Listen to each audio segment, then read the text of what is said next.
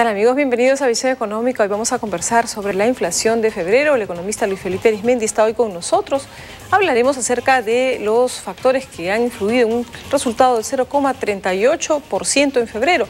Se dice que gran componente es alimentos, 0,98 fue el aumento en los alimentos y que el 63% de la inflación obedece a factores externos. Ahora sí, damos la bienvenida a nuestro invitado Luis Felipe Arizmendi, destacado economista, preside GPI, Sociedad Agente de Bolsa, pero hoy vamos a analizar la inflación de febrero. 0,38, señor Arizmendi, buenos días. ¿Cómo está? Clorinda? Muy bien, y se dice que un 63% es explicado, es importado. Sí, indudablemente la inflación de los 2 primeros meses preocupa un poco, ¿no? Alrededor de 0,39 en enero, 0,38 en febrero, un acumulado que puede aproximarse casi a 0,8, lo cual sería, en términos de la meta de inflación, habría consumido casi una tercera parte de esa meta. Entonces, sí preocupa, pero hay algunas explicaciones, si bien eso no satisface a todos. Indudablemente hay una tendencia creciente en el incremento de precios de alimentos que viene muchas veces asociado por el precio del petróleo. Hay estudios bastante interesantes que señalan que cuando el precio del petróleo se eleva, una serie de granos y de componentes como, por ejemplo, o insumos como el azúcar, de los cuales pueden derivarse, por ejemplo, el azúcar hacia etanol, o los granos, típicamente el maíz y la soya hacia aceite, que a su vez se puede convertir en biodiesel, tienen un cierto incremento. Es una explicación.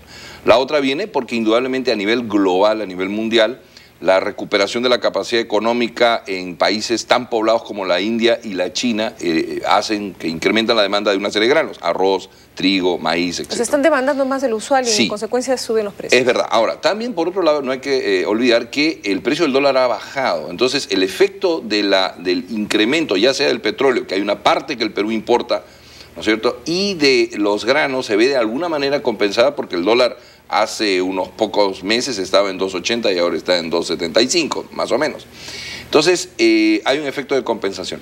Es también cierto que al principio de año ocurre un fenómeno que los economistas denominan en la traducción, digamos, del inglés, costos de menú. Es decir, hay muchos precios que se han determinado, se han fijado, pero cuando cambia el año, a partir de enero, febrero o marzo, con el inicio del año escolar, se modifican y se ajustan. Se actualizan, se ajustan 2, 3, 5, 6% hacia arriba y por lo general eso tiene un impacto en los primeros meses del año.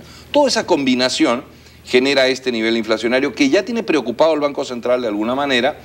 Yo creo que el Banco Central en el Perú viene haciendo una excelente labor, no tengo por qué menospreciarle nada, pero sí, digamos, siento que hay preocupación de ellos y están tratando de contener de alguna manera, ya no empleando la tasa de referencia que la han venido incrementando, pero en donde tampoco es muy conveniente subirla mucho porque puede generar otros problemas adicionales, sino por el lado del control de los agregados monetarios vía los fondos de encaje. O sea, tratando de restringir un poco los fondos prestables. Y la otra cosa que es muy importante es que el gobierno ha frenado el impulso fiscal que sí se notó claramente en el año 2009 y parte del 2010.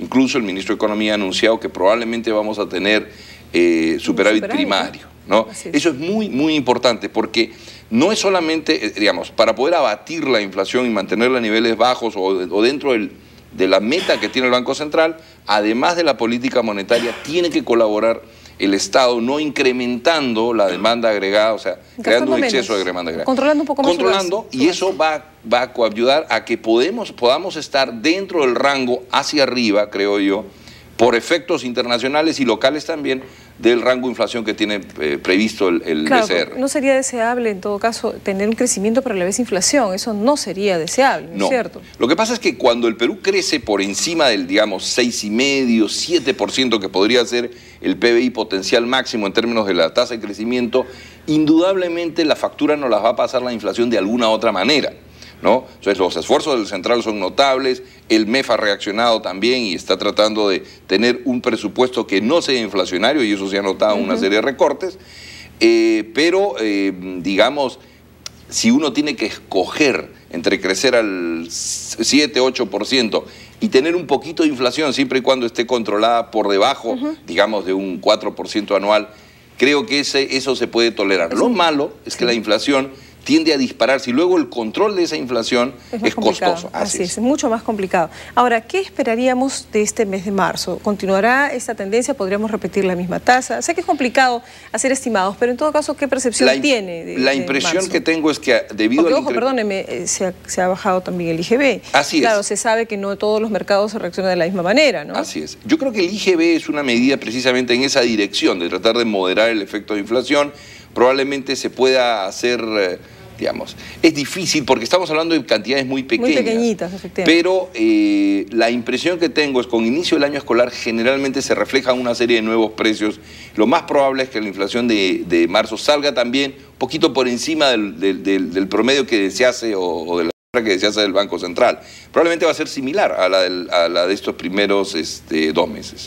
Ahora, se habla también del fenómeno de la niña, que tanto y todos los efectos climáticos, ¿esto se espera entonces que todo este escenario de volatilidad, de precios más altos, se persista este primer semestre o podría esto variar en la segunda mitad del año? Hay que ver cómo viene, efectivamente las lluvias son decisivas, ¿no? En nuestro país la temporada de lluvias es básicamente de diciembre hasta marzo, y si hay un buen año de lluvias eso permite que los reservorios a lo largo de toda la costa tengan suficiente agua como para poder ser utilizada, particularmente en el pan llevar, ¿no? Que es donde hay un mayor impacto, digamos, en las hortalizas y pan llevar.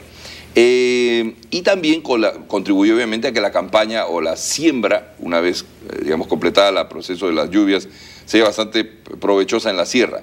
La impresión que tengo es que no hay una sequía grave, si bien es cierto en algunos valles por lo que se ha relatado el caudal de agua es menor que otros años, pero aparentemente no estamos pasando un periodo grave de sequía en ninguna parte del territorio que sea de la gravedad que, como por ejemplo ocurrió en el año 1983 con un fenómeno del Niño, que tuvimos muchísimas lluvias en el norte, ¿no es cierto?, y una sequía feroz en el sur.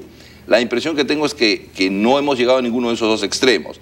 Y si bien el fenómeno de la niña es cierto, existe, es una niña relativamente suave, no es una cosa grave. Moderada. Y me da la impresión que no hay mucho impacto. Más bien lo que sí es favorable es que el número de hectáreas sembradas en los últimos años en el Perú ha venido incrementándose. Si uno compara 20 años atrás con lo que hay hoy día, ¿no es cierto?, probablemente el hectareaje sembrado con riego, y ahora con riego tecnificado, o sea, con mucho mejor uso de agua de lo que era hace 20 o 30 años, probablemente es un 30-35% arriba de lo que teníamos. ¿Y el precio del petróleo, en qué niveles cree usted que se podría estabilizar o va a seguir volátil? El precio del petróleo va a seguir volátil porque el proceso político que está ocurriendo en el norte de África y Medio Oriente, nadie sabe exactamente cómo va a terminar. Muy complicado. El caso de Libia, por ejemplo, el dictador Gaddafi sigue allí, no ha salido, van a una guerra civil o no, no sabemos. Aparentemente hay una violencia altísima, pero las noticias son escasas.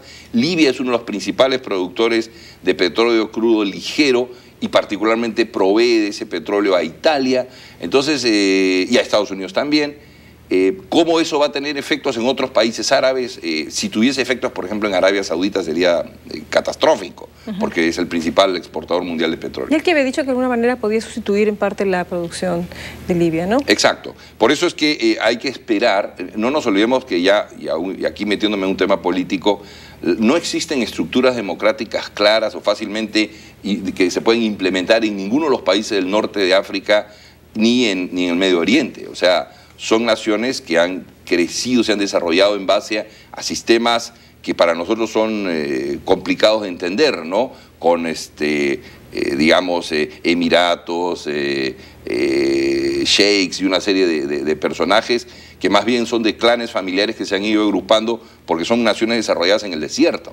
Entonces, para nosotros nuestra lógica es un poco difícil y complicada de entender qué va a pasar.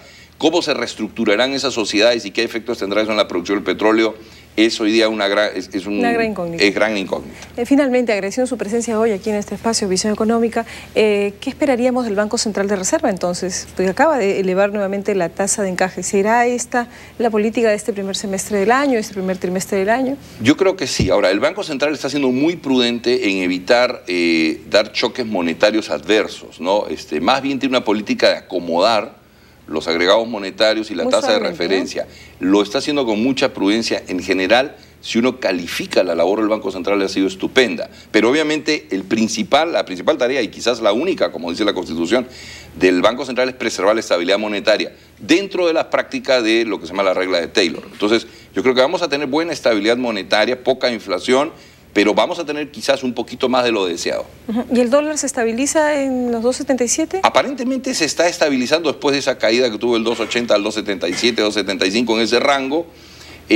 Ahora, el Perú sigue muy fuerte exportando, los precios de los minerales siguen buenos, entonces va a seguir el ingreso de dólares de alguna manera y lo que abunda baja de precio. Entonces, si el dólar va a tener una relativa abundancia en el Perú, hay que apostar por el sol. Hay que apostar más por el sol, ¿no es así? Sí, es nuestra moneda y eso nos permite precisamente un mejor control monetario de parte del Banco Central. Señor Arizmendi, muchísimas gracias por su presencia hoy.